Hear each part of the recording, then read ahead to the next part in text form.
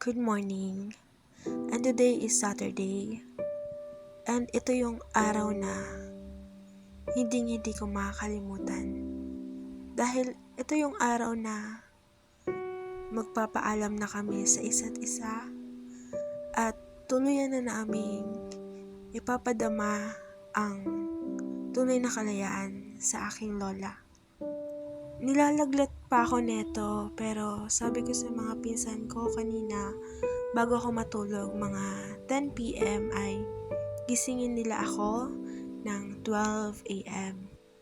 At dahil nga ako ay mag-start ng mag-vlog para sa aking subject na English. Pero dahil sobrang sama talaga ng pakiramdam ko, after ko kumuha ng mga ilang clips ay bumalik na ako sa pagtulog dahil ay kailangan ko mag-ipon ng lakas dahil ihahatid ko pa ang aking lola. At ayun, bandang 5:30 ng umaga ay nagising na kaming lahat dahil kailangan naming o gusto naming kausapin o magbigay ng mensahe sa lola ko bago man lang siyang ihatid mamayang umaga.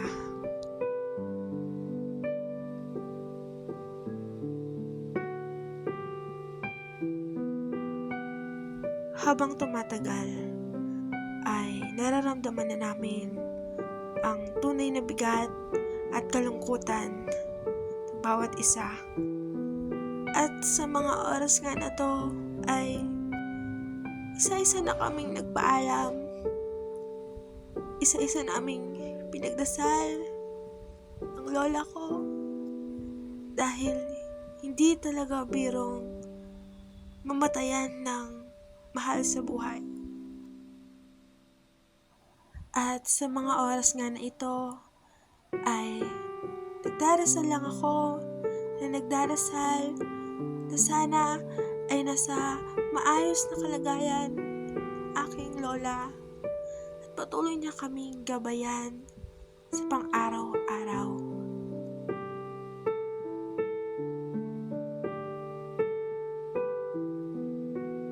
At mga bandang 5:40 ay nakagayak na ako.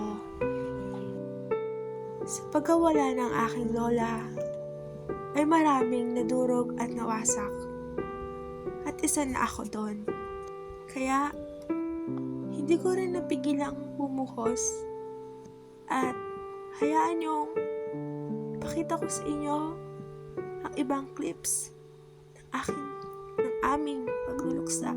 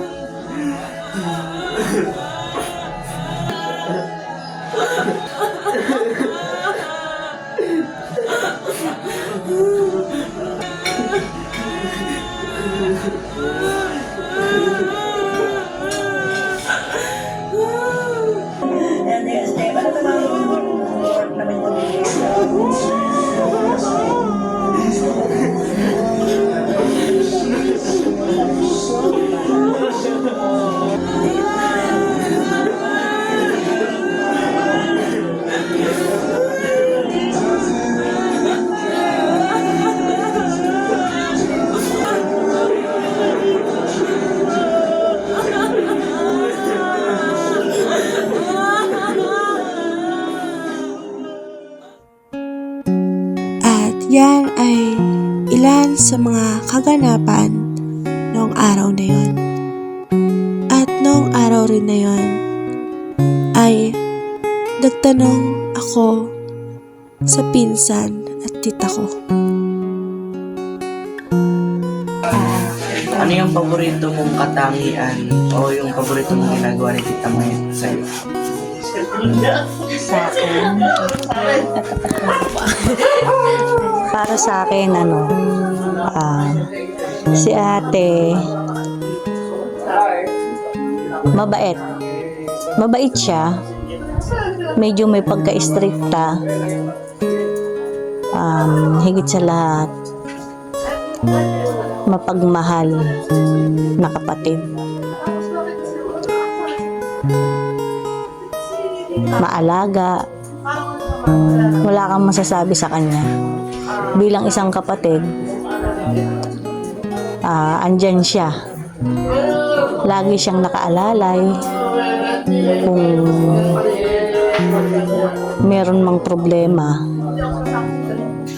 hindi ka niya iiwan. Lagi siyang nasa tabi mo.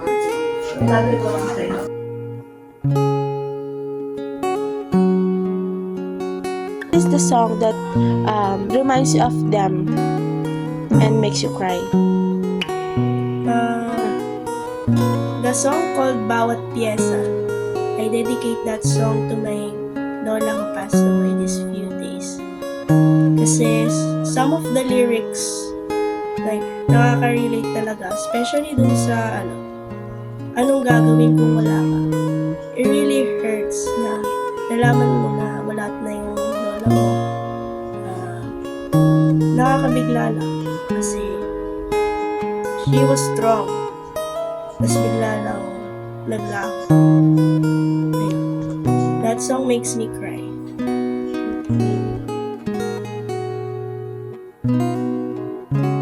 So, ano yung isang memory mo sa lola ko na hindi mo malilimutan? Ganun. One time pumunta kami kila tita ko siya galing tindahan. Alam kong pagod na pagod siya nun. Pero pinaghain pa rin niya akong kain. At ayun, pagkatapos naman nito, mga bandang 7 ay kumain na kami.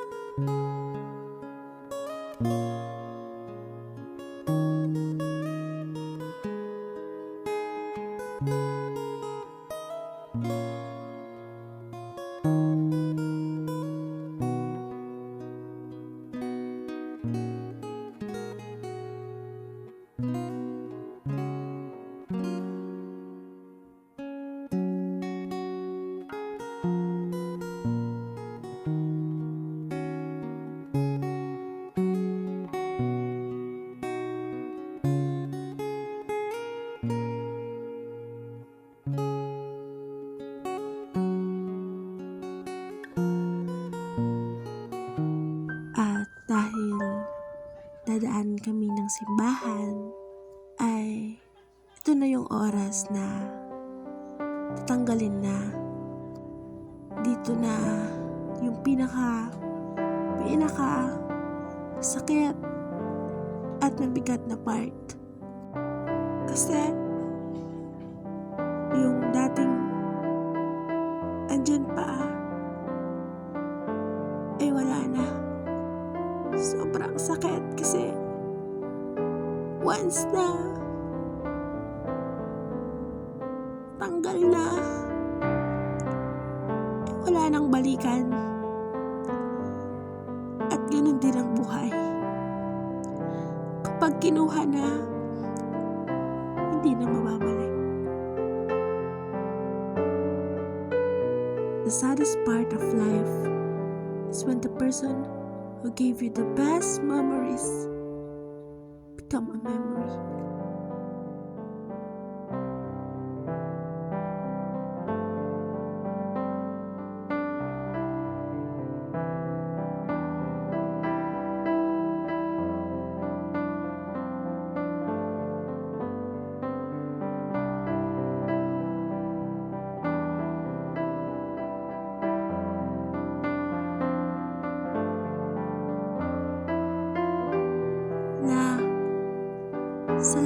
sa lahat. Salamat po.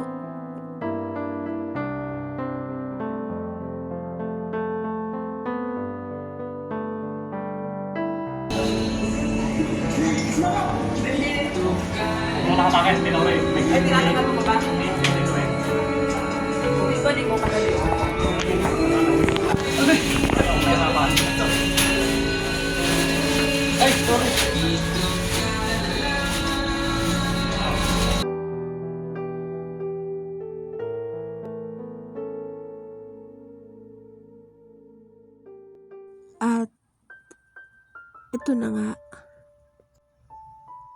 Ito na yung oras na dadali na namin sa simbahan ang lola. Halos 8:30 na rin ng umaga at 8:40 or magna-9 na nung nakapunta kami ng simbahan. At ayan ang aking lolo na lalakad. At kami na nahatid ang lola ko simbahan. Sa mga oras na to, wala akong ibang ginawa kundi dasal, dasal. Sana panaginip lahat ng to. Na sana may gumising sa akin. Pero hindi. Dahil siguro ito na ang realidad. Realidad na kailangan kong tanggapin. Ang lola ko ay namatay dahil sa cancer. Hindi naging madali. Pero nilaban niya. Nilaban namin. At ito ang aking mama na alam kong hanggang ngayon ay turog na turog pa rin.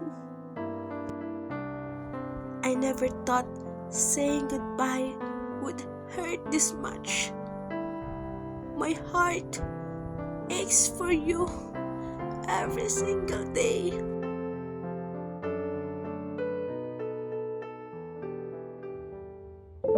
At this moment, we're heading to the place where I must say my last goodbye.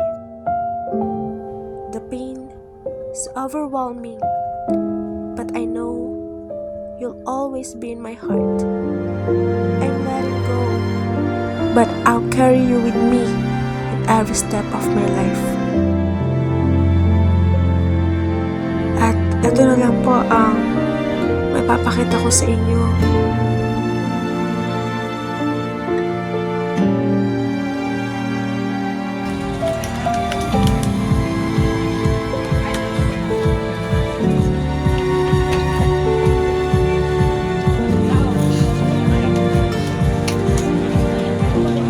Lola, di ko man madalas di paparamdam sa'yo kung ano kita kamahal. Pero mahal kita. Paano na ngayon na wala ka?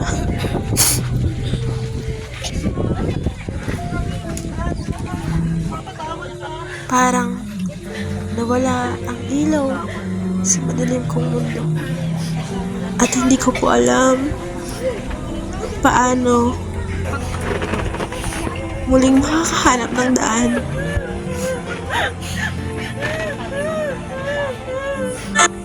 Naliligaw ako, La. Kailangan pa kita.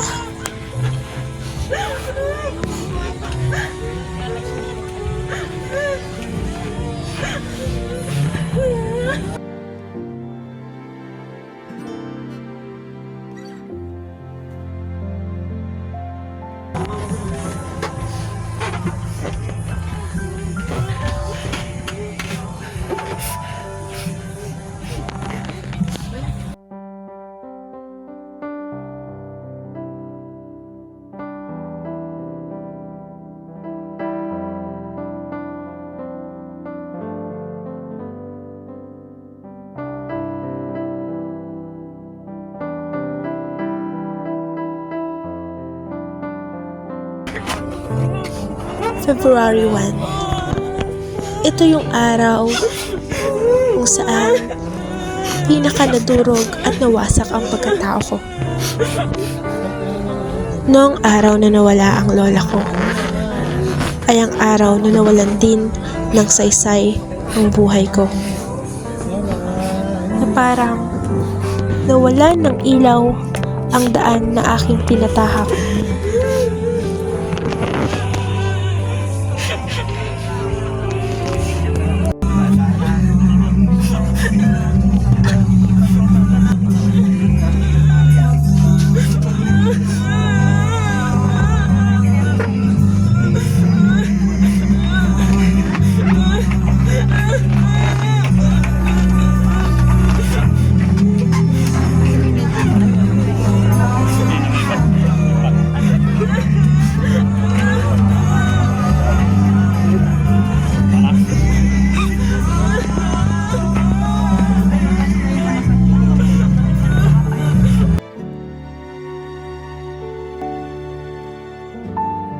My friends and I always ask each other. Then one time, they asked me, "Hey, what's your biggest fear, Lizette?" And without thinking much, I answered, "My biggest fear is to feel the grief of losing someone I love." I told them I cannot imagine myself crying because someone died.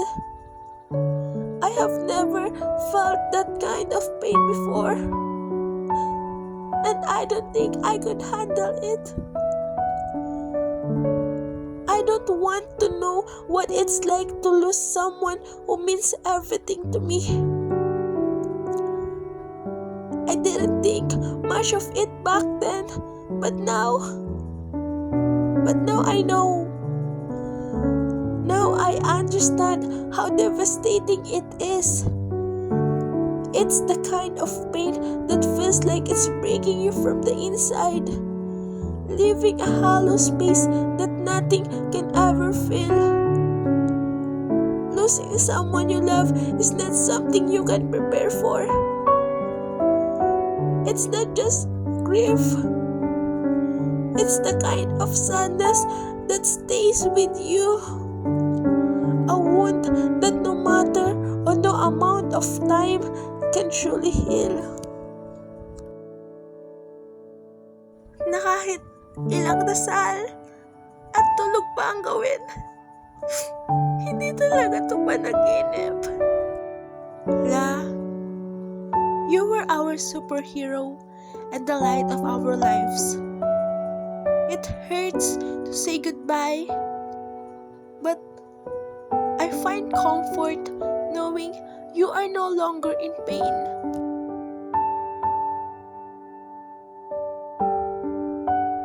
La, thank you for your love.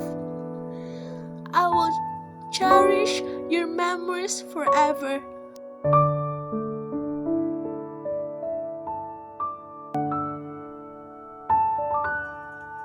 This is not goodbye, but I promise that we will meet again.